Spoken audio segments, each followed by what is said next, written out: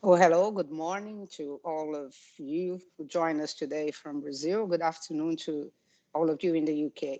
Today's seminar will deal with a very important topic, the forthcoming double tax treaty between Brazil and the United Kingdom.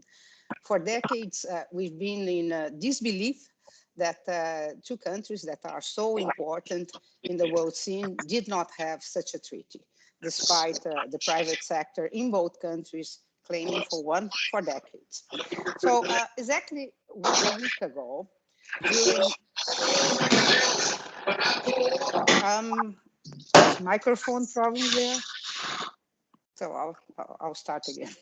Exactly a week ago, during a magnificent event that the chamber had in the Speaker's House, in the House of Commons, members of the chamber were completely taken aback when the British Foreign Secretary, James Cleverly, publicly announced that finally now we had such a treaty. He was hailed, I can tell you, almost like a superstar by those who were in the room and who heard this announcement. There was a full and complete jubilation for this. This is obviously a milestone in the relations between the two countries. And only, as we know, only in September, 2 months ago, we had the announcement that Brazil and the UK were finally negotiating again a double tax treaty. So now, following the announcement from the Foreign Secretary, it seems that this very much expected and an important instrument for business will finally be delivered in final form so that it can be presented for a ratification in both countries. I am, as always, very grateful to Gustavo Braga, head of our tax committee at the Brazilian Chamber, for assembling such a distinguished panel, renowned Brazilian and British international practitioners, and who will take us through this theme today. But just before I hand in to Gustavo to start the seminar, I would like to say a few words on our housekeeping. First rule, please keep your microphone muted and your camera switched off.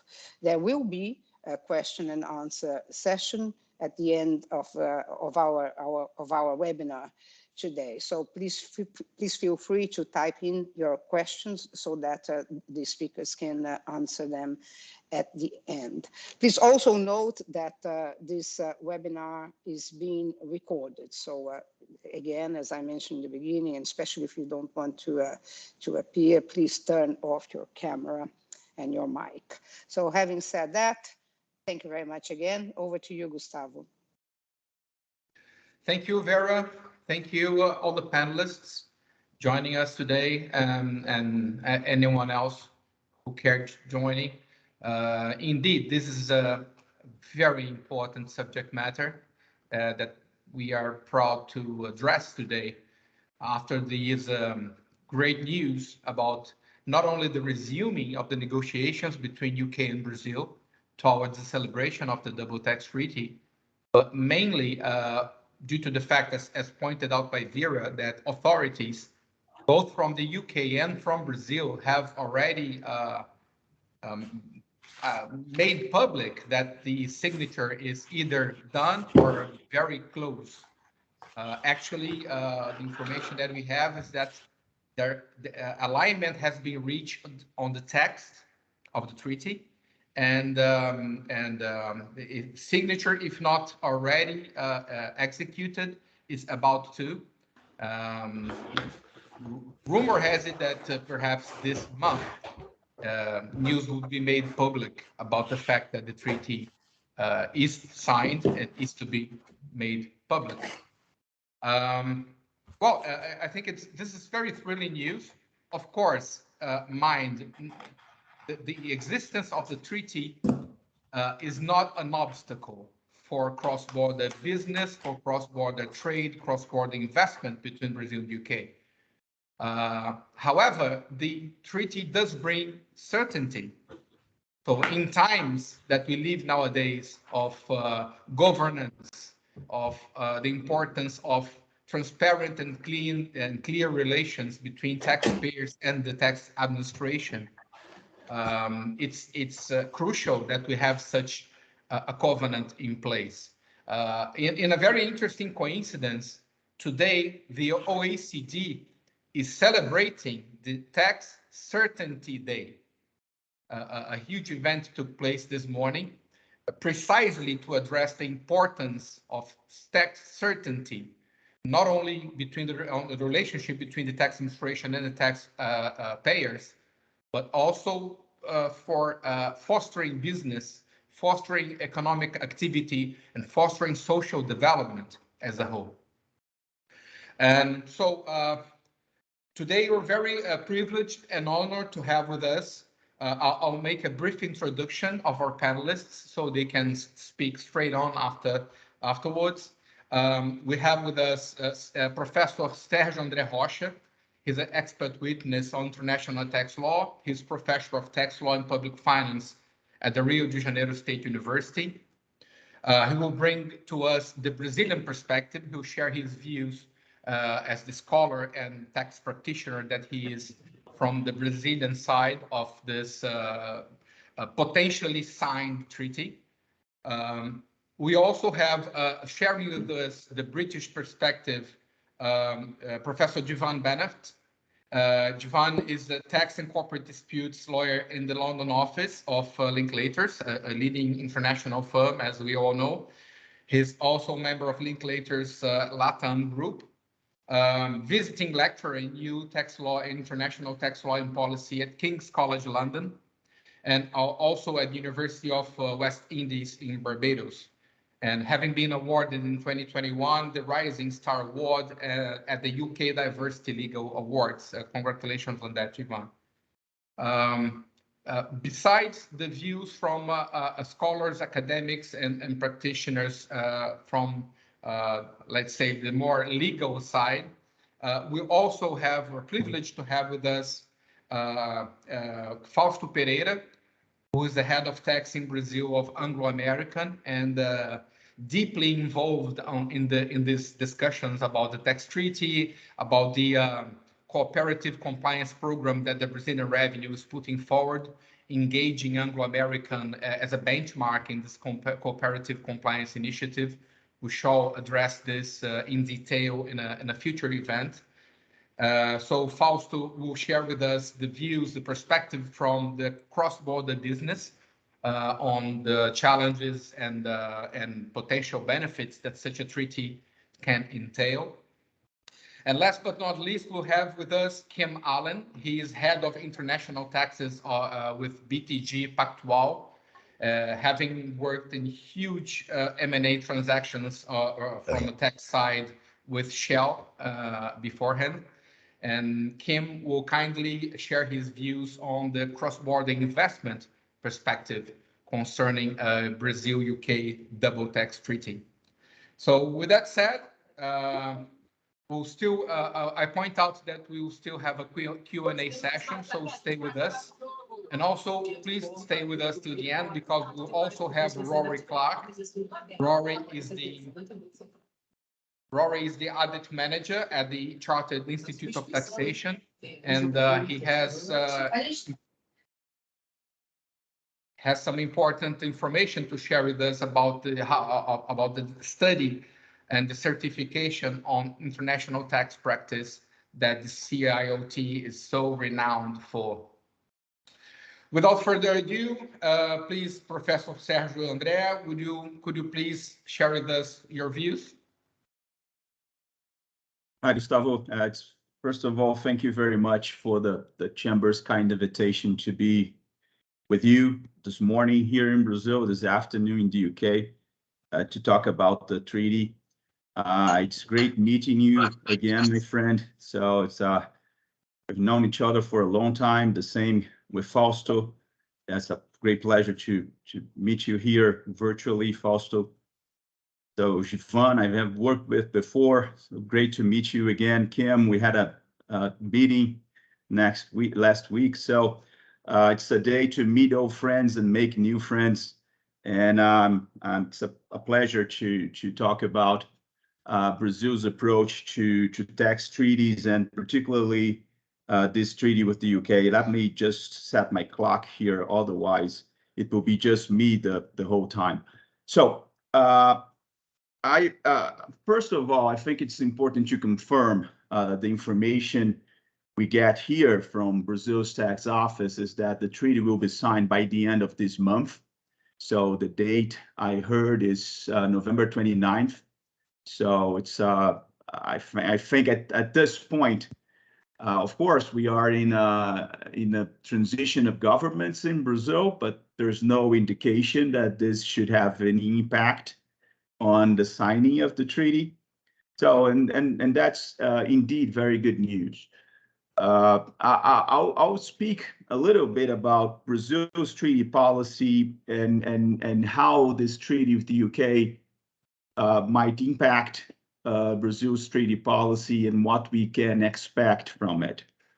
Brazil started signing, and it's one first curiosity. This is not the first time we negotiated a treaty. So the first time we negotiated a treaty with the UK was in the 1960s, when actually Brazil started negotiating and signing treaties. So in the 1960s, we negotiated and signed a treaty with Sweden, which did not come into force. And then we signed a treaty with Japan, which became our first treaty to come into force in 1967. And then we started negotiating and signing treaties with lots of European countries in the 1970s, 1980s. And back then, the Brazil's treaty policy started to establish itself. And we had a few pillars on what we can call Brazil's treaty policy. The first one, which was a blocker for signing a treaty with the UK for a long time, was tax sparing provisions. So Brazil has been a huge user of tax sparing provisions in its treaties. I feel that that's no longer an issue. So for decades, Brazil would not sign a treaty with a developed country without a tax-sparing provision. And I think at this point, Brazil has realized that that really is not a very important topic for the country. So not including a tax-sparing provision it doesn't seem to be that much of a big deal in 2022. As it were back in the 1960s, 1970s, and so on. A second aspect of Brazilian treaties, and this is an aspect that I've been calling people's attention for some time, is that Brazil's treaties, they follow the UN model. Because, international tax scholars and practitioners, they tend to think that every country in the world follows the OECD model. And that's not actually the case with Brazil. Of course, the UN model was prepared, was based on the OECD model. So they are very much alike in many aspects. But the truth of the matter is that Brazil has always, Brazilian treaties have always been closer to the UN model than they are to the OECD model in key provisions regarding source taxation. And that's another key element of Brazil's treaty policy, which is Brazilian treaties usually include source taxation provisions, which are much broader than what we usually find in the OECD model, and are even broader than what we find in the UN model. So one of the most distinguished features of Brazilian treaties is that they protect the right to tax at source. So we have enlarged permanent establishment provisions. We have royalties taxation at source. We usually include in the treaty protocol provisions regarding the taxation of technical services and technical assistance services. So we include in the definition of royalties the rental of equipment. So when you look at the distributive rules in Brazilian treaties, we have Article 14 regarding the taxation of independent personal services in all treaties. So when you look at the bulk of Brazilian treaties, it's easy to notice that they are closer to the UN model than they are to the OECD model. More recently, after the UN model included Article 12A, and one thing that happened with all Brazilian treaties signed before 2017 is that they all included Article 12A. So the most recent treaties, they all have a provision regarding the taxation of technical services. So in a nutshell, this is, and it's of course a very summarized view of Brazilian treaties. That's what you can usually expect when you're looking at a Brazilian treaty. There's something going on. It's not related to Brazilian treaties. It's juice and lunch. But going back to the treaty topic. So there's this thing that one expects when you're looking at a Brazilian treaty.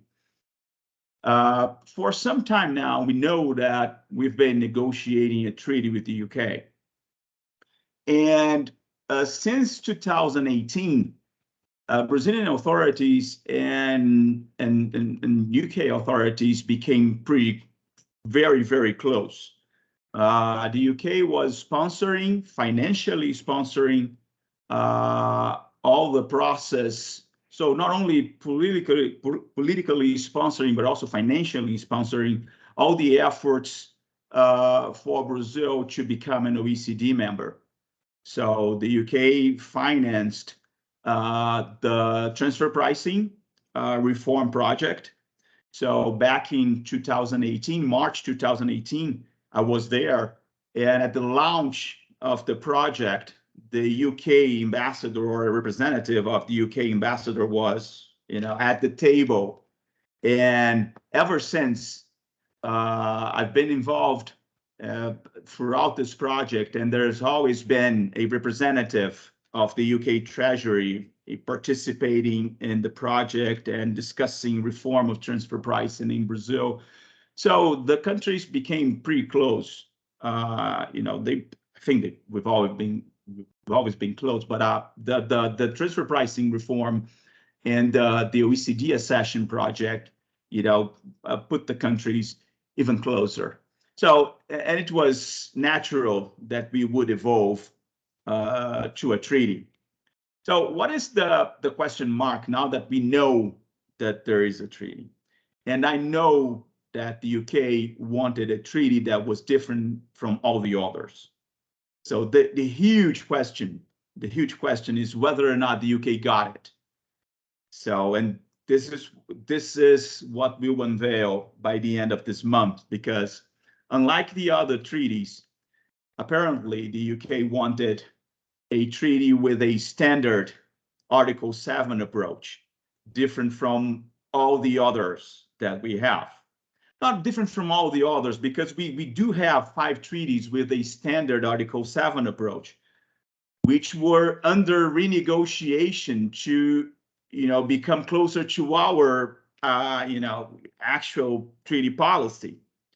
So there is this treaty with the UK will play a very important role in maybe redefining Brazil's treaty policy.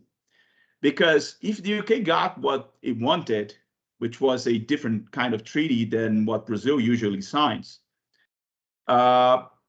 it will probably reshape, because there's another piece of this puzzle which is relevant, which is Brazil never signed the MLI. So the BAP's MLI of Action 15, Brazil never signed it. And Brazil decided that instead of signing the MLI, it would renegotiate all of its treaties. So right now, Brazil has renegotiations ongoing with, it's not the entirety, because a few of these renegotiations is already finished, but I would dare saying that the majority of Brazilian treaties are currently being renegotiated. So if the UK got what it wanted, and there's a big chance that it did get what it wanted, of course, all the other treaty partners who are renegotiating their treaties will come back to the table and say, yeah, I want the UK deal as well. So if you're willing not to tax, because even the 5 treaties that we currently have that do not include a provision regarding the taxation of technical services, which is Austria, Finland, France, Japan, and Sweden, they are being renegotiated to include one. So the renegotiation with Sweden has already taken place, and there's a new protocol with Sweden, including a provision like this in the treaty. So, and I'll get to the end. Gustavo gave me from 10 to 15 minutes, and I don't want to exceed my time.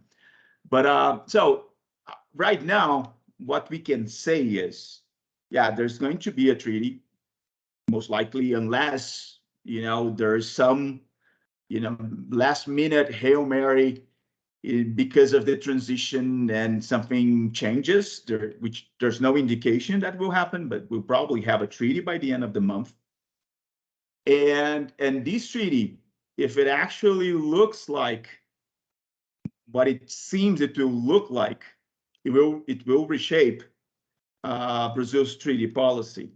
So whether or not the UK got what we wanted, I can't say that for sure. I've tried to find out, I must confess, but I don't have any confirmation of what the treaty looks like, and we'll have to wait for it to unveil by the end of the month. One last piece of information, which Gustavo asked me to provide. So what's next? Once we sign the treaty, what's next?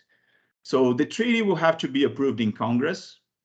Usually, treaties go to Congress to die. For a long time, it has been like this. So you would sign a treaty, and then 10 years later, you have forgotten about it, and then, oh, it was approved. But currently, lately, I would say that it's not taking that long for a treaty to be approved. So maybe if we sign the treaty this year, it's not completely unlikely that we would have it approved next year or 2024, the latest. So congressional approval is required. It used to take a long time for treaties to be approved. But again, that's not been the case recently. Of course, it's a political aspect of this topic we are discussing. So of course, if there is any political will against the treaty, it could have an impact on its congressional approval. So that was it that I had to talk to you. I hope that I stayed within the limits of my time. I again thank very much the Chamber for the invitation, Gustavo for the patience in organizing this panel, and everyone attending, everyone who watch us later. So thank you very much. Thank you very much, Sergio. It's been fantastic. I have to point out first the great news of the signature to be formalized on the 29th that you shared with us. Also, thank you for clarifying in the last portion of your presentation. You hint on the possible political crossroads that we may find ourselves now, leaving one president in office that has been pro-OECD and took concrete steps towards the accession of Brazil into OECD. And to which I might say, I believe perhaps the treaty with the UK has a lot to do, as you point out, of UK investment, not only political, but also financial investment on this treaty materializing. I think that if I may just raise a point for debate on the Q&A session, I understand what you say when you mention, when you question whether UK got what it wanted. Of course, we're talking about a treaty both countries must want the same, otherwise they would not sign it. So my point being that perhaps Brazil, at least according to the current office, Brazil is acknowledging itself as a G20 economy, acknowledging itself as perhaps no longer a developing country, but actually one of the powers worldwide in the economy and the powers to be in view of green energy potential that Brazil has. So maybe what I raised for further debate is maybe that both Brazil and the UK got what they wanted, meaning convergence to OECD standards, including in the treaty text, which I'd say that bearing in mind the two-pillar solution from OECD for addressing the tax challenges in connection with the digitalization and globalization of the economy, maybe withholding taxation at source is welcome now in the context of OECD. So maybe we'll find that also in this treaty with UK. Let's see how it goes. But now, please, let me pass the floor to Jivaan Bennett so we can hear from him the British perspective on this treaty. Jivaan, please. Thanks very much, Gustavo. Could I check that you can see my slides clearly? Yeah. Yes. Mm-hmm. All right, great. Thanks very much, Gustavo, and thanks to the Chamber for inviting me to share my observations on this soon-to-be signed UK-Brazil double tax treaty. I think it's a very exciting opportunity ahead for both jurisdictions, and it's great to share this panel with a number of esteemed panelists and to be able to share my thoughts on this. For me personally, I think this is a very exciting opportunity. Linklaters has an office in Sao Paulo, so I hope that with closer trade and closer links between the two jurisdictions, there'll be opportunities for me to escape very grey London and come to Sao Paulo to share some sunshine with some of you there. In terms of what I'm hoping to cover today, I thought I would just discuss three points around, firstly, the economic context in which this double tax treaty is being concluded. On Gustavo's request, also, I'll look at what happens next in terms of our UK constitutional procedure for us to be able to bring the double tax treaty into domestic law. And then finally, I'd like to offer a few practical considerations for businesses in the UK and in Brazil to consider once this treaty comes into effect. So starting off with the first one, the economic context. Well, this double tax treaty, as many of you know, would be the result of many years of discussions and negotiations between the respective jurisdictions. And for us in the UK, government policy over a number of years, even pre-Brexit, has been very much to increase relationships between the UK and countries in Latin America. So this statement here from our then Foreign Secretary, Right Honorable William Hague, back in 2010, looked especially at having intensified and equal partnerships with countries in Latin America. In a post-Brexit world, that same sentiment continued to be felt. There's this statement for Latin America and for Brazil, there are realms of gold on either side of the Atlantic. We need now, all we need now is to rediscover that global spirit. And that was a statement from our then Foreign Secretary. You may have heard of him before, gentleman by the name of Boris Johnson, in an article that he penned for The Telegraph back in 2018, looking at our post-Brexit trading relationships with Latin America. Indeed, the level of foreign direct investment between the two jurisdictions has grown. These figures here showing foreign direct investment up to 2020, £9 billion being invested from UK and UK businesses, and equally a large sum of money as well going from Brazil into the UK. So from both sides, this is a very important relationship. And in terms of just some more data around our respective countries' trading over the last year. So this is data up to Q2 in 2022. Again, the UK Department of International Trade has noted that there are a number of areas where the UK exports both goods and services to Brazil and vice versa. Now, turning to double tax treaties in South America, UK approach has been over a number of years to conclude these treaties. The first one in South America being Guyana, of course, given the historical links between Guyana and the UK in terms of the Commonwealth in itself being a former British colony. It's perhaps unsurprising that this treaty was signed many years ago. But really standing out there is the fact that there wasn't this treaty before. There wasn't a double tax treaty before between Brazil and the UK. And as Professor Sergio mentioned earlier, this is something that has been discussed and negotiated and may simply not have come into existence for many years. So it's very much welcome that this has at last happened. But you'll see that there have been a number of treaties between the UK and a number of other South American jurisdictions, Brazil being perhaps the notable absence there. The most recent one to take note of is in Colombia, which came into force a few years ago in 2019. And while we're still waiting to see what the text of the Brazilian UK double tax treaty may look like, I thought it was very interesting to look at what was agreed between the UK and Colombia, noting, however, Brazil and Colombia are very different jurisdictions. So turning now into what happens now in the UK from a constitutional law perspective. So here in the UK, we have a dualist system, constitutional system, and that's founded on our principle of separation of powers. And what that means is that the executive, so where we have the foreign secretary in his capacity as member of the executive, has made mention of the double tax treaty being agreed. And that most likely will be signed either by the Prime Minister in the UK or it may be by the Foreign Secretary himself, James Cleverly. That will in effect be an agreement by the executive with the state of Brazil.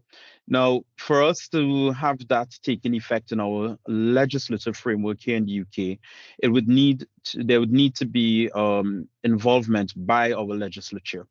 So after the signature of the DTT, our Constitutional Reform and Governance Act of 2010 requires that there be a draft order that must be laid in the House of Commons. So what that will be is effectively draft statutory instrument that appends the double tax treaty to it. And that will sit in the Houses of Commons for it to be scrutinized by parliamentarians. How long that will take to be done is anyone's guess. I did have a look at our most recently signed double tax treaty here in the UK, and that's the UK-Luxembourg double tax treaty. And that between signature and the draft order being put before the House of Commons, that was a period of 13 days, so roughly 2 weeks. So once signed, we can expect hopefully to have the draft order before our House of Commons for a positive resolution. This third limbo of the process is where there may be a bit of a delay. Again, looking at the most recent example from the UK-Luxembourg double tax treaty, it took in that case 11 weeks for there to be that positive resolution from the House of Commons.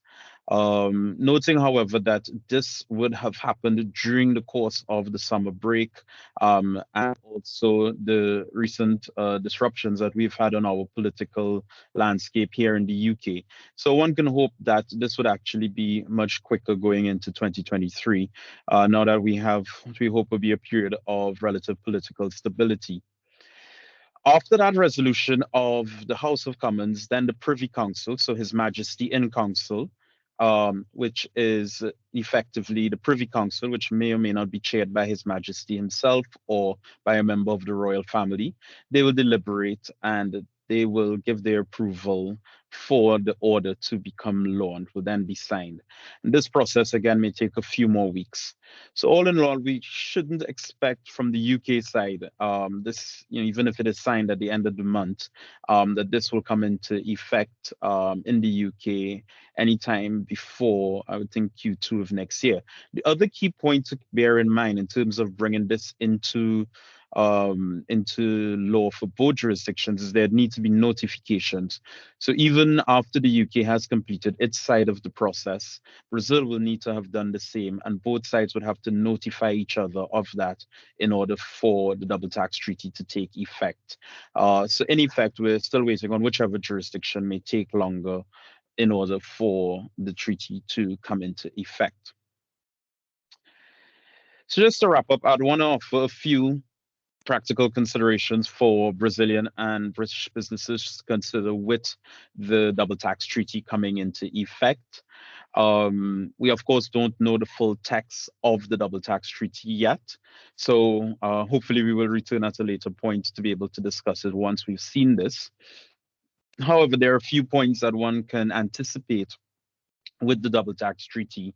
And I'd like to shed some light on just a few of these points around administrative issues, the most favored nation clause, if there is one, speculating, and the dispute resolution mechanism.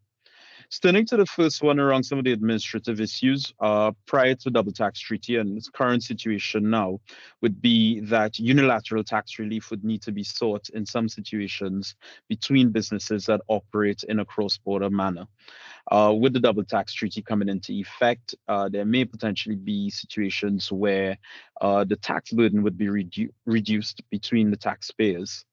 And in terms of what that means from an administrative perspective, in the UK, definitely there'll be need for certificates of residence from Brazil for Brazilian resident taxpayers that are seeking to make claims for reduced taxes pursuant to the double tax treaty. So that's one thing to keep in mind. Some tax authorities, and don't know what the situation is for sure in Brazil, will require, for example, that all taxes be paid up to date in order to be able to secure certificates of residence. Businesses that are operating within Brazil, that are residents in Brazil and may seek to make that claim for reduction in tax pursuant to the treaty may need to keep this aspect in mind. These are things sometimes that may not, some of these administrative requirements are things that may not appear on the face of the double tax treaty, but do crop up in practice. Turning now to most favored nations clause. I thought it was interesting in looking at some of the UK most recent double tax treaties in Latin America. So in the Colombia UK double tax treaty and in the UK Bolivia double tax treaty, the presence of most favored nation clauses. And again, this would require you to look beyond what is in the actual text of the double tax treaty to consider whether Brazil may have signed a double tax treaty with another OECD jurisdiction that provides for lower tax rates, and to the extent that it has done so, and if such a clause exists, there may be the possibility of even more favorable treatment in terms of relief from Brazilian source tax. So again, something just to look out for, and I'd be quite keen to see what position has been taken in this double tax treaty. Is this something that the UK has pressed for as it has in the past? Looking at some of the dispute resolution considerations, one key point to look out for would be that mutual agreement procedure to the extent that that exists, and it should in effect ensure that any sort of dispute between the different tax authorities in terms of the approach they're taking and their position can be resolved. I think to a certain degree, there are a number of issues that have been raised around the map. Whether that pertains to the involvement of the taxpayer, and there is some case law on that here in the UK in terms of whether the taxpayer has the ability to be involved in that process or not, and also around the arbitration process that results at the end. Now, the MAP procedure, the mutual agreement procedure, is not one that has been invoked, at least in the UK, very often. In terms of matters I've worked on where we've seen it, probably count on one hand, where it's even been discussed furthermore, follow through. So it's something to see whether this is an area where UK businesses may seek to rely on this procedure a bit more. understand there's quite a high degree of tax litigation in Brazil. So to the extent there are issues around the way in which the double tax treaty is interpreted, this procedure may be quite welcome for a number of businesses. The final point I want. Sorry to interrupt, but if I Sure. beg you just to wrap up due to Yeah, our sure. schedule. Yeah, Thank you so sure. much. Final slide. So final bit here, just wanted to say that in the absence of the Brazil-UK BIT, there is one but has not come into force. It's been signed in July of 1994, and we don't have that as yet in force. It may be that there are certain situations where protection that may have been afforded under BIT, and I appreciate that some BITs do carve out taxation. There may be situations here where the BIT may, the double tax treaty may come to businesses' aid. So on that, I'll wrap up and pass back over to you, Gustavo. Thank you so much, Jivaan. It has been a really detailed presentation on the features of this instrument that we shall have in place. So without further ado, in benefit of the time, please, I invite Fausto Pereira to share his view with us. Thank you, Gustavo. Thanks, everyone. It's really a pleasure to be here with you this afternoon, this morning, or afternoon for everyone, I believe. And I can't help but, have a movie going through my mind here when we started to speak about the double taxation agreement between Brazil and the UK, because I remembered, so many discussions I had about this topic in various occasions on various treaties with, Sergio and Gustavo back in the day. And I wanted to, thank Gustavo and the Brazilian Chamber of Commerce in Great Britain for the invitation to give you guys a little bit about our perspective from, the UK business investments in Brazil. And I'm Fausto Pereira. I'm the head of tax for Anglo, which is a British mining company that operates in Brazil and several other countries. Well, I think first of all, I think I'd like to give you guys a very broad comment about how we are seeing the signature of this treaty, and by coincidence, I'm at the London office right now. I work in Brazil usually, but this week I'm here for some work commitments. So I'm thinking about if they need a carrier, I can bring the treaty with me. If it is already signed, I will be happy to, because we will do anything we can to, make this treaty go forward. So we are seeing this with, really, really good eyes. I've been with Anglo for 8 years now, and since the beginning, this is something we were very much interested into. Of course, as you would imagine, and we have participated on several discussions about this subject, with Brazilian and UK tax authorities, with the British Chamber of Commerce, the Brazilian Chamber of Commerce, and it's been a long road so far.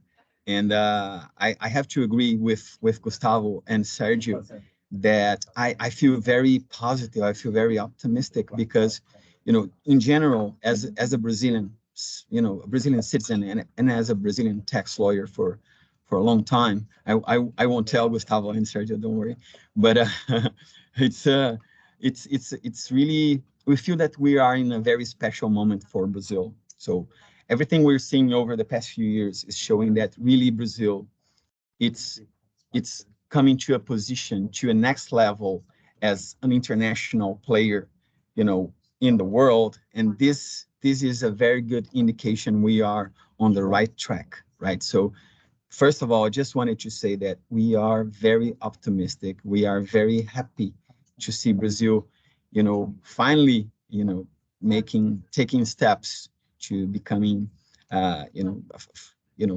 first category player on the world economic and political scenario through things like that, right? Through signing, for instance, a double taxation agreement with such an important partner and economic,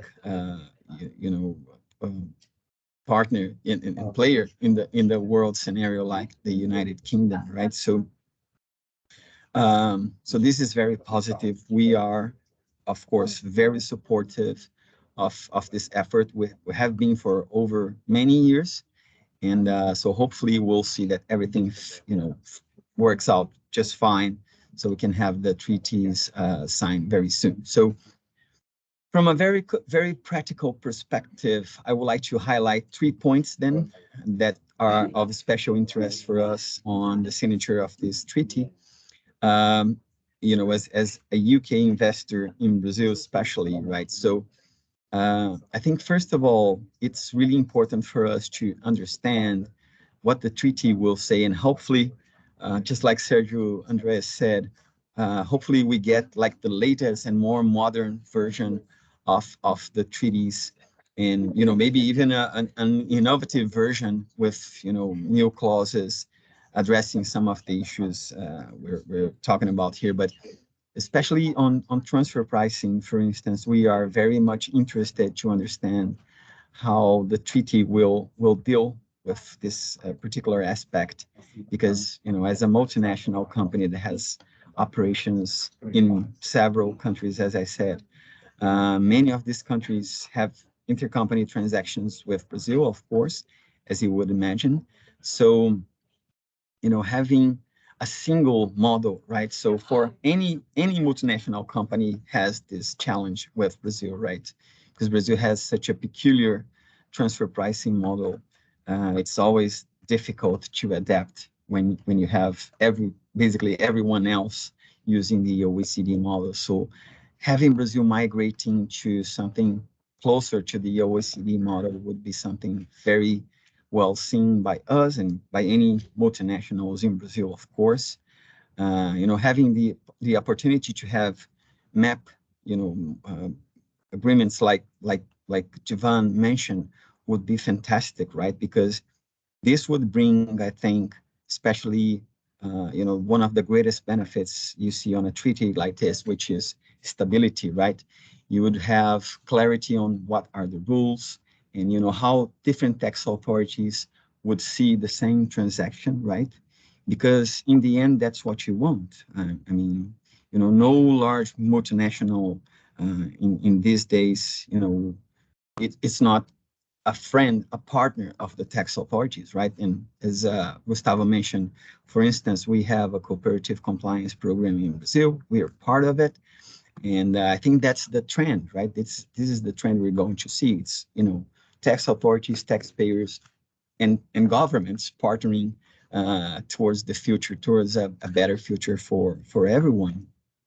So transfer pricing is a big one for us. I won't get into much detail because I only have 15 minutes too, but that's the first one. We're waiting to see how the treaty is going to deal with. The second aspect, which I think is also very important for us, is how the dividends taxation will be treated on the treaty, right? On the agreement. Because, of course, as most of you probably have seen over the past few months, especially on 2022, right? Discussions about new proposals for dividends taxation in Brazil. Brazil migrating to a double tier system like Chile and other countries, right, in which you have a smaller taxation on the legal entities, on the local legal entities, and then you have an additional layer of taxation on the holding companies in the country, right? Especially when you distribute dividends outside of the country. So we understand this is probably, the best model, the more modern model for taxation. And of course, it has several benefits, but it has to be rightfully measured, right? So I think the big question and probably the big holdup on this whole discussion around taxation of dividends in Brazil over, this past year and some of the prior years as well was, how much, right? So if you're going to establish, a two-tier taxation, how much is going to be taxed at the first tier and how much is going to be taxed on the second tier? And of course, we expect that the double taxation agreement with Brazil will provide more clarity and more stability, especially about, the second tier taxation and what would be the cap for this taxation, which is very important for everyone. So also brings a lot of stability, a lot of clarity, and juridical certainty for the investors in Brazil. So we're very much looking forward to see what's going to be the provision around dividends for Brazilian, UK investors in Brazil. And so that's the second topic. The third topic of interest for us, which I think it's really, really big and was probably one of the biggest friction points throughout the whole discussion, is the taxation on the importation of services, right? And some of us that have been doing taxes in Brazil for a long time, we clearly remember when Brazil changed its policy in relation to the importation of services, right? And decided to establish additional taxes on the importation of services, on top of the already existing withholding income tax, which was already 15 or 25%, and then a whole host of other taxes that now bring this whole taxation to over 40%, right? So almost 50%. So this is, for us that have been operating on the tax environment for a long time, it is clear that this has some really important negative effects, right? Of course, we understand the reason why those taxes were established, but the point is, if you are a multinational company, and if you are a player in the international market, you need to make sure that you have in your company the best technologies, the best practices, and everything needs to be the best on a global market, right? So if you don't have access, for instance, in a multinational company on a certain country to the best technology, to the best solutions, to the best services, then you're behind the curve, right? So you lose competitiveness. And this is happening. This is a factual, collateral effect of this very high tax burden, because, I'll give you, one hypothetical example, right? So if, for instance, we have a new technology that was developed, I don't know, in South Africa, for instance, and we want to use this technology in Brazil, because, it's the latest, more eco-friendly technology there is, or energy efficient technology that is. If we want to bring this technology to Brazil, of course we need to pay the other side, the other country that came up with the technology for it, because otherwise we would have an issue on this other country. And the tax burden, very high tax burden on the importation of services, sometimes makes this impossible, right? So the Brazilian business, they don't get the best solutions. They don't get the best technologies, the best systems, and so forth. So we're very much looking forward to see how the double taxation agreement between Brazil and the UK will deal with this, extremely high tax burden, that whenever I tell the story to people, people almost fall from their chairs, right? Because maybe this was adequate to some other moment in the Brazilian history, right? But probably not now, since, as we said, we are looking forward to become, a real important player on the world economic scenario. So, hopefully the treaty will address mainly these three issues, from that I mentioned, from what are the highest priorities for us probably, and we'll see what waits for us. So I just wanted to finish by saying that, as I said, we are very much supportive. We really hope that Brazil goes ahead and that we can find solutions to any issues, any difficulties on the way to get this ultimately not only signed but rectified in Brazil by Congress, and coming into force as as soon as possible. So thank you again, Gustavo and the Brazilian Chamber of Commerce in Great Britain for the opportunity, and very happy to take any questions in the end. Thank you. Thank you, Fausto.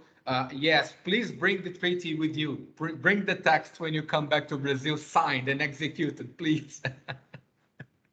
It's going to be truly welcome.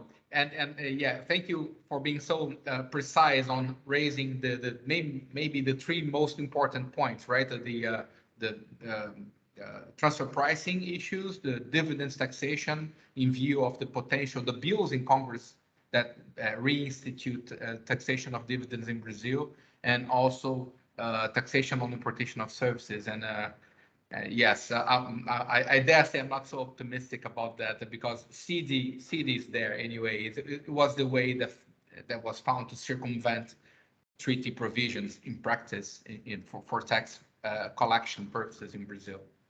But now again, now let's please hear from Kim Allen, BTG Pactual Head of International Taxes. Kim, can you please share with us the cross-border investment perspective on this UK-Brazil double tax treaty?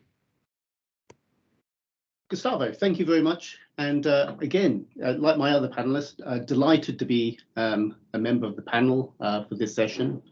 And interesting to hear so many different views on how this double tax treaty, the optimism that people are expressing as to how this is going to change the landscape going forwards. Let me share a couple of slides, which hopefully you can now see, hopefully. And while you're hopefully seeing the slides, let me go on with the presentation. So, that wasn't intended. There we go. So, Gustavo, as you mentioned, as Jivaan's mentioned, this is an instrument to promote bilateral investment in the two countries.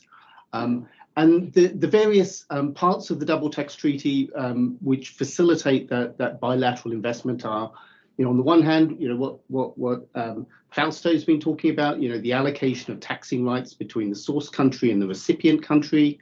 There were comments earlier from one of the other speakers about common rules of interpretation, having a procedure in there to resolve disputes between the two tax authorities with their taxpayers, and there'll be provisions in there presumably to provide assistance in terms of collection of taxes in the other jurisdiction. There are various areas in which the double tax treaty will look to be involved in some of the cross-border transactions between the two countries. The ones that I was going to focus on were, where you have movements of financial capital, just specifically debt capital, so financing by way of loans, and also touching on and sort of expanding a little bit on what Fausto was saying in connection with services, looking where we've got human capital or services being provided in order to promote investment in the other country.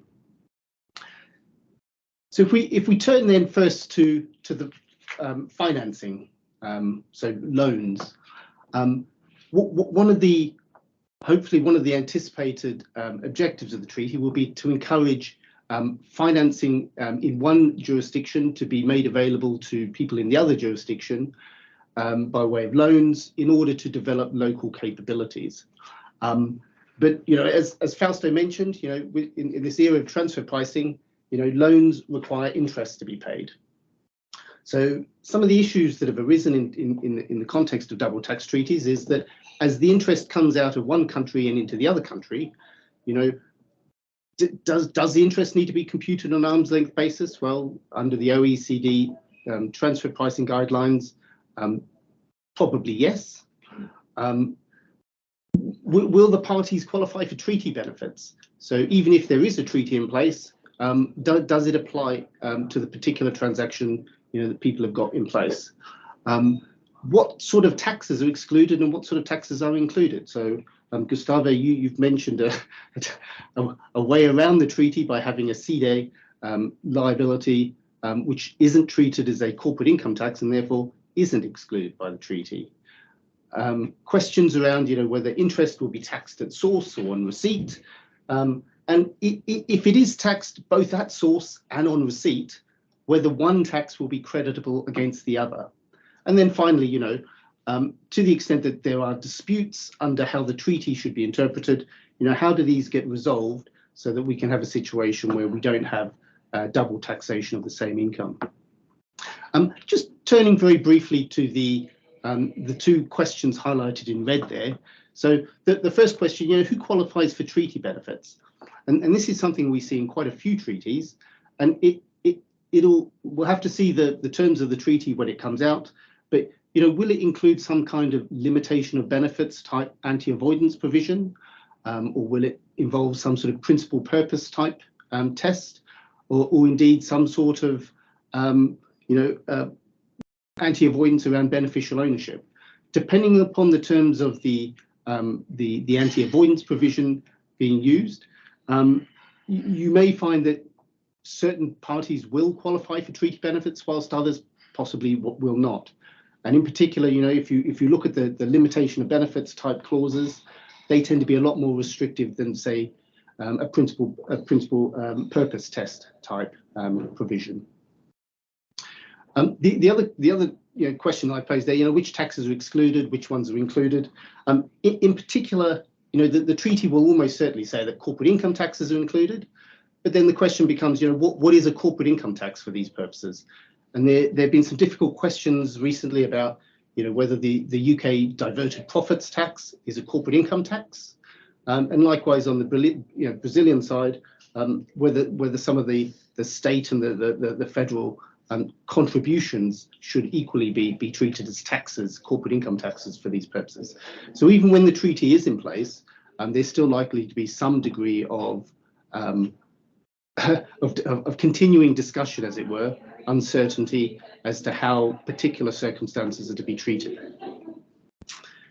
And then I guess the final question there, the second last question there, which is, if there is some sort of uncertainty, how does that get resolved, and can taxpayers get credit for taxes? So, for instance, there have been circumstances where you have taxpayers who get charged a diverted profits tax in the UK, and because the UK says that's not a corporate income tax under a double tax treaty, but the overseas jurisdiction says, well, actually that is a corporate income tax, so the UK shouldn't have charged it. So we're not going to give you credit against your own, the domestic corporate income tax for the taxes paid in the UK. Having a mechanism in place to facilitate the resolution of those kinds of disputes is incredibly important and very welcome from a taxpayer perspective. The next topic I was going to turn to very briefly, Fausto has already talked about human capital and provision of services from abroad to develop local capabilities, and the fact that as you provide services, service fees are required to be paid. A lot of the questions are very similar, whether you'll qualify for treaty benefits, whether it's taxed at source or on receipt. In the case of services, there are some additional complexities around, what exactly is the service?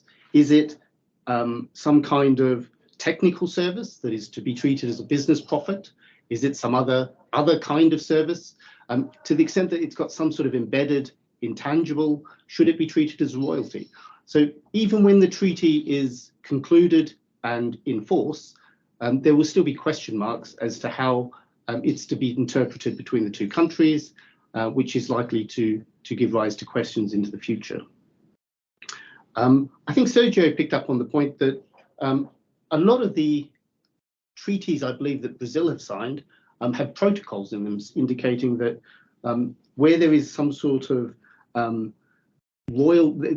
where technical services have some sort of intangible benefit, the full service is to be treated as a royalty. That's not something that the UK necessarily would agree with. So there are likely, especially in this day and age, where quite often there are intellectual property benefits that are provided as part of a combined or composite service, that is likely to be an area of technical dispute going forwards.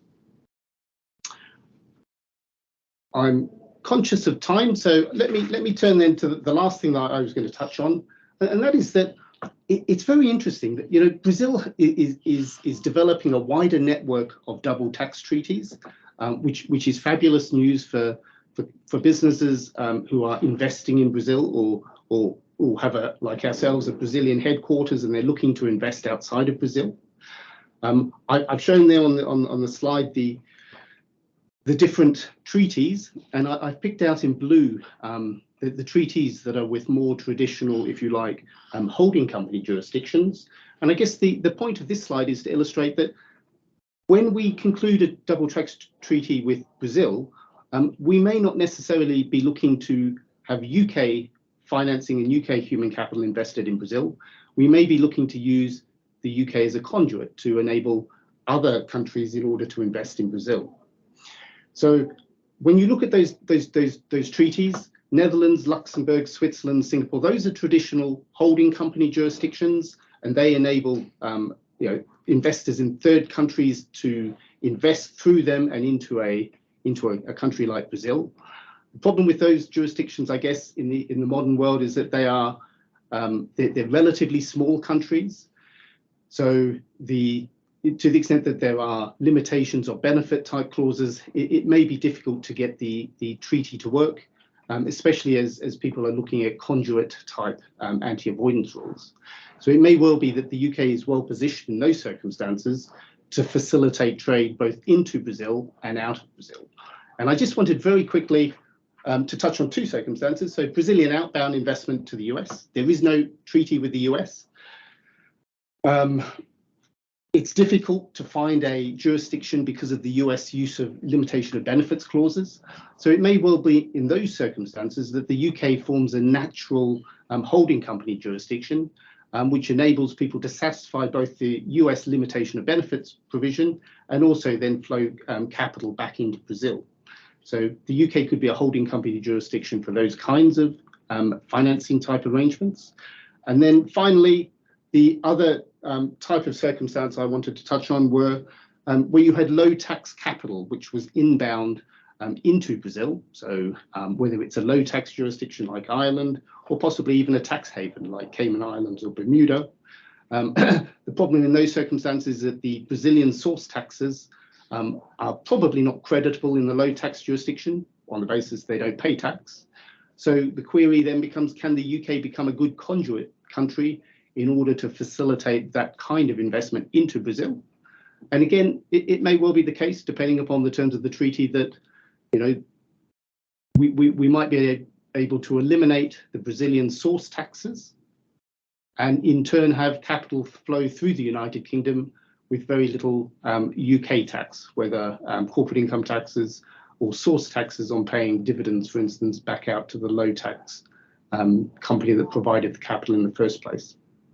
So it's a very exciting time with the new treaty, and as we look to see, you know, what the terms of the new treaty will bring us. I guess the exciting thing from our perspective is that it's a demonstration that we're moving towards convergence, we're moving towards certainty, and from a perspective of international business, that's exactly what we're looking for. We're looking for those kinds of environments where there's convergence, where there's certainty, that it gives us a lot of confidence to invest in the future. So thank you very much, and I'll pass back to yourself, Gustavo. Thank you very much, Kim. Again, you and Jivaan have been very kind to prepare those slides for us, and they are very helpful in visualizing the issues that are being discussed and the core points of debate concerning the treaty. I thank you again also for bringing up the opportunity of having the UK as a holding company jurisdiction.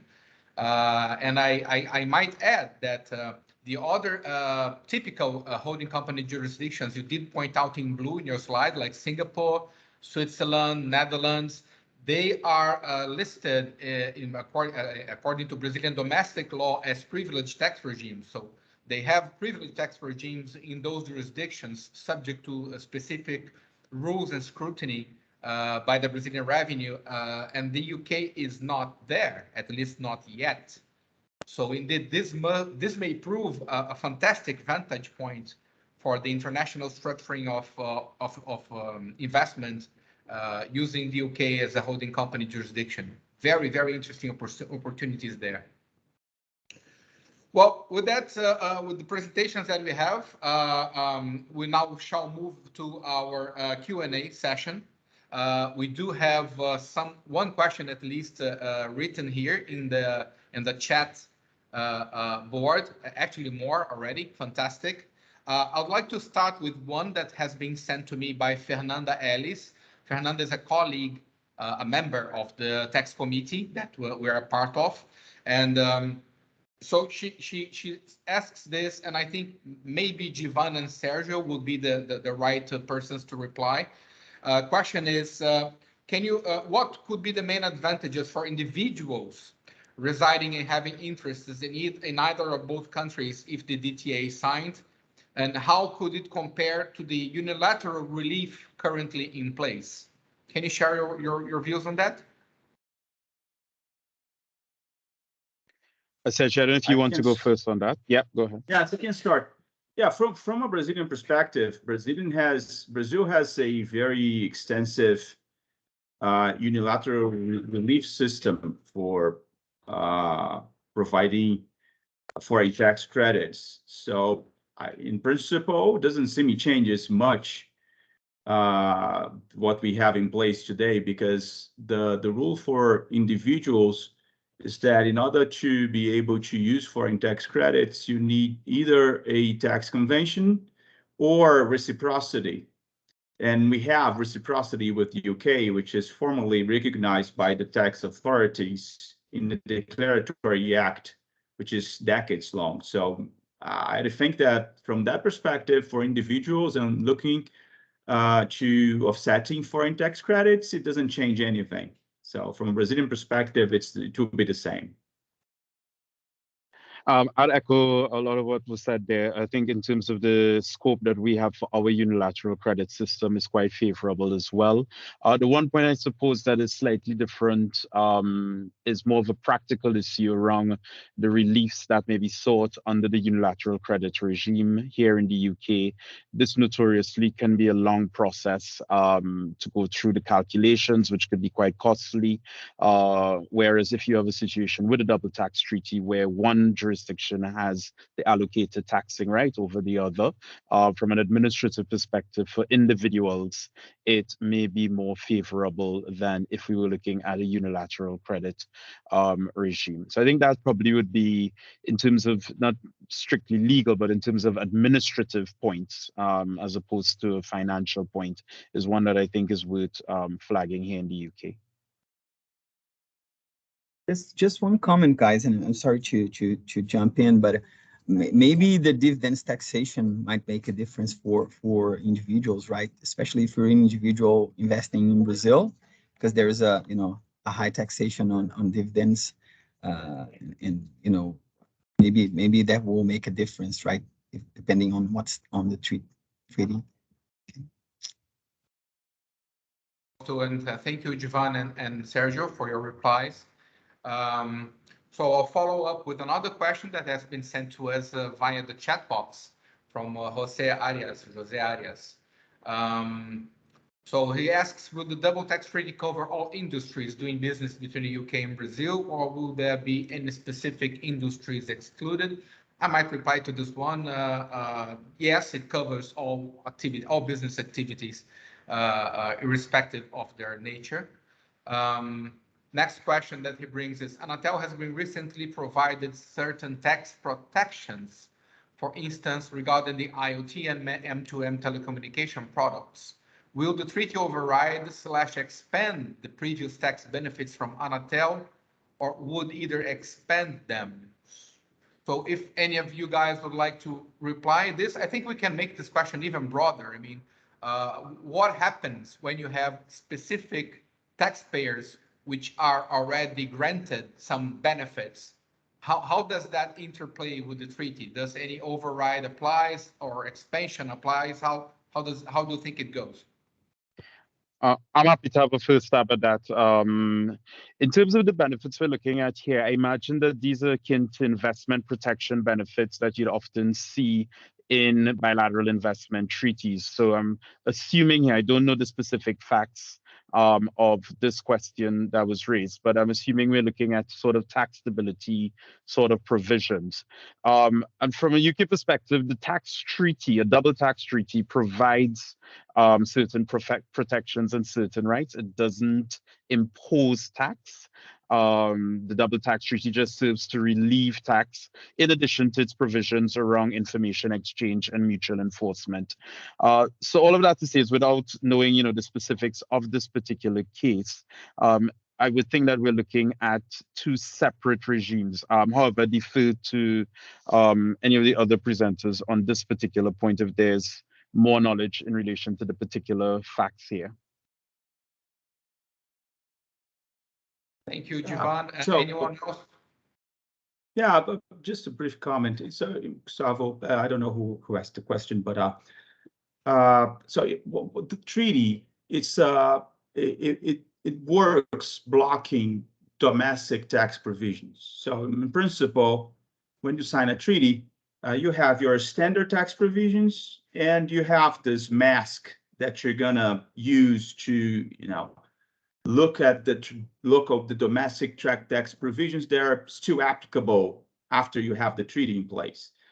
So if you have other provisions establishing separate and different tax treatments, it does not interplay, as you said, with the treaty provisions. So it's I can see both of them, both the double tax treaty and the telecom treaty applying at the same time with no interconnection.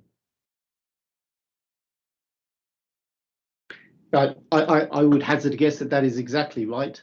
And the circumstances where quite often you see interaction between domestic law and international tax treaties and each operating side by side is in the oil and gas sector, where you have very long-term contracts in place for the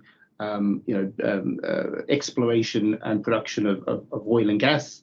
And you normally find in those contexts that the treaty doesn't override the specific production sharing type arrangements in place with the specific companies.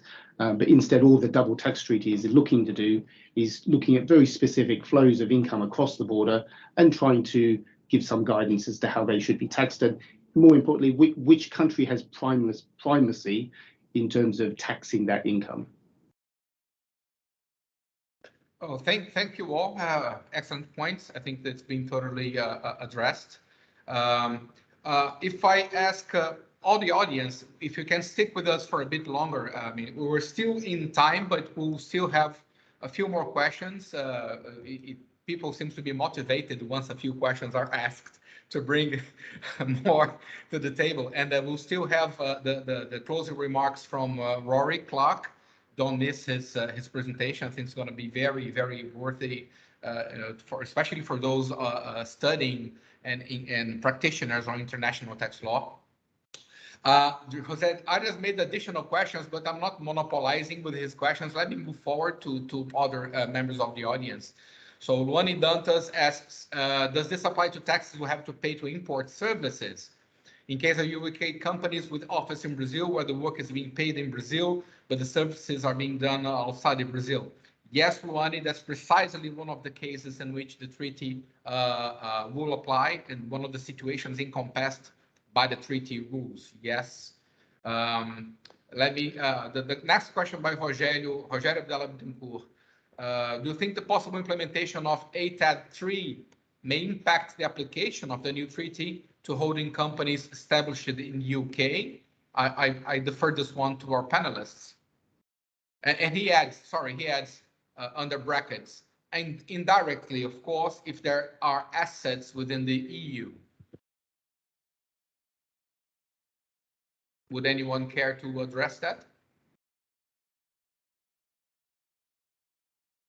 I'm happy to have a stab at that one as well. I think, well, first of all, for ATAD 3, for those who aren't aware, it's the new unshell directive that the EU has introduced, and that it's working its way through the legislative process.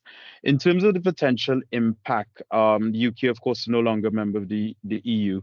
However, it may be that as person who's raised in the question, that there may be the potential that this may impact on any assets that are indirectly held. I think for this one, it's two things to say. One, we're uncertain in terms of what the ADIT 3 final terms may look like. And then secondly, we're also unaware of what the double tax treaty is, what the text of that is going to say. So in terms of the potential impact, I'll hedge that by saying the answer is probably maybe. But hopefully when we come back to look at this in a few months' time, once we have a bit more knowledge on both of those two different legislative regimes, we'll be in a better position to consider it, especially if we have a hypothetical example to look at. Fantastic, Jivaan. Perfect. Yes, there are some questions that really we will need to have the text made public so we can have a clear answer for that, right? Well, any of the panelists would like to make an additional final remark before we pass the floor to Rory? What do you say? Oh, well, okay. So I please invite Rory Clarke. Rory is the ADIT manager at the Chartered Institute of Taxation in UK. Arguably or reputedly the UK's leading professional body for tax professionals. He's responsible for overseeing the promotion, development and delivery of ADIT examinations. For those who are not familiar with the term, ADIT means Advanced Diploma on International Taxation. Is a highly valued credential in the international tax practitioners world. So, Rory, the mic is yours. Thank you very much, Gustavo. Thank you for the opportunity to speak today at this exciting event. It's been a pleasure to listen in on some of the chat, and obviously delighted to be speaking with all of our participants today. So I'm going to keep it fairly short. Just a very short presentation about ADIT, which, as Gustavo says, I'm assuming you can see my screen there, right? It's screen share is on. Good. So, as Gustavo says, I'm from the Chartered Institute of Tax, the UK's leading professional body for tax professionals. We, in addition to having members of our institute who have completed our CTA domestic tax qualification, we administer essentially two core qualifications. So that CTA tax Chartered Tax Advisor, that's specifically for UK tax specialists. And for international audiences and for people that are interested in global and cross-border international tax topics, we have ADIT, our Advanced Diploma in International Tax. So the way that the ADIT qualification works is it invites international tax professionals to complete a total of 3 modules. Each of them is assessed by a single assessment, usually an exam, although we do offer the option to students of doing a written, what we call an extended essay, essentially a 15 to 20,000 word dissertation, which they can do in place of one of the exams. As you can see there from the structure, it consists of one mandatory element, that mandatory module looking at the principles of international taxation. So that will be things like how a double tax treaty works, for instance, the difference between the OECD and the UN models, things like that, emerging kind of key topics in the international discourse, so BEPS, for instance, and that kind of stuff. And then in addition to that mandatory module, each student does any 2 of these option modules, which you can see cover a range of different international tax topics. A lot of them are jurisdiction based. So for instance, we have a Brazil module that looks at the Brazilian tax regime from an international perspective, a UK module that does the equivalent for the UK tax regime, and various thematic topics. So we have a transfer pricing module, for instance, for particularly popular among our corporate tax professionals and those working within government fiscal authorities and so on. So it's a pretty flexible structure there, and that really reflects the fact that we promote it to a very wide range and diverse range of international tax professionals. So there are many reasons to do ADIT. It could be that a student has done another qualification, a domestic tax qualification, or they might have done a university degree, or even at master's level, and want a kind of a professional qualification to complement that theoretical knowledge that they've accrued. It might be that somebody is working professionally in international tax and wants to get recognition in the form of a recognized qualification for the knowledge that they have and the tax skills that they demonstrate in their day-to-day work. Or they might be working with, for instance, in a large tax team or supervising other international tax workers and want to get some form of accreditation for their tax team's knowledge and making sure that their employees are studying to a set standard and getting the international tax theoretical knowledge that they need. It's a very flexible qualification in the way that it is administered. So aside from that flexible qualification structure, we also offer a wide range of different study options. The exams themselves are online. They can be sat anywhere in the world. Most of our students sit their exams at home, but they can equally sit them in a quiet corner in the office, anywhere that's accessible and convenient to them. And because it has a modular structure and we give students a fairly extended 5-year registration period in which to complete their exams, it can be done at a pace that suits each individual student. So if you're studying for ADIT, you can hopefully maintain your work-life balance and juggle it alongside your existing commitments.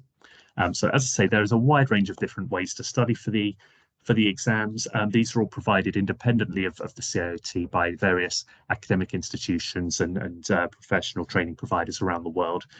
They encompass campus-based learning, classroom courses, in-house training increasingly, and of course online learning, which obviously post-COVID, the vast majority of the different training providers and tuition providers offer at least an online option. So wherever an ADIT student is in the world, inevitably there will be study options available to them that are accessible for them. Those who complete the ADIT qualification, so complete all 3 modules, are then invited to join the CIOT on a more permanent basis or effectively on an ongoing annual basis as international tax affiliates. Now, this is something that they would subscribe for on an annual basis. It's akin to our membership that we offer to the CTA students that have done the CTA qualification, and it entitles the holder to a range of benefits: professional identity, they get a bespoke certificate, they get listed on our online affiliate directory on our website, they get the letters added after their name, access to various resources, various discounts, and increasingly popular among the benefits is access to a wide range of events via our global branch network, and also our network of our ADIT network, which is led by champions in different countries and regions around the world who themselves have done the ADIT qualification and volunteer to lead our champion-led networks as a way of kind of giving back to the ADIT community and helping to promote ADIT and international tax learning in their respective parts of the world.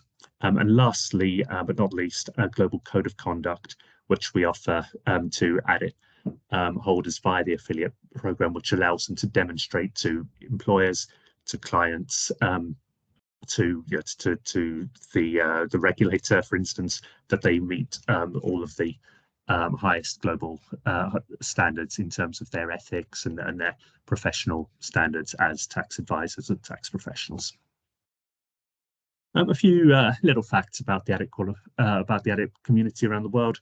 As you can see, 80% of our population is based outside the UK. We have students and ADIT holders in about 120 different countries around the world, and they represent every continent and certainly are particularly concentrated among major economies around the world.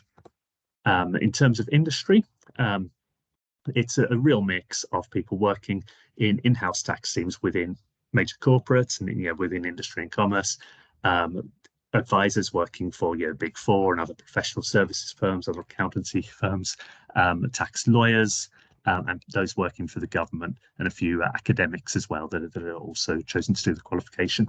As you can see, it's quite a broad global spread, but particularly concentrated in the EMEA and Asia Pac regions, although our numbers are growing in the Americas too, and we're obviously hoping for lots of success among Brazilian international tax professionals as well.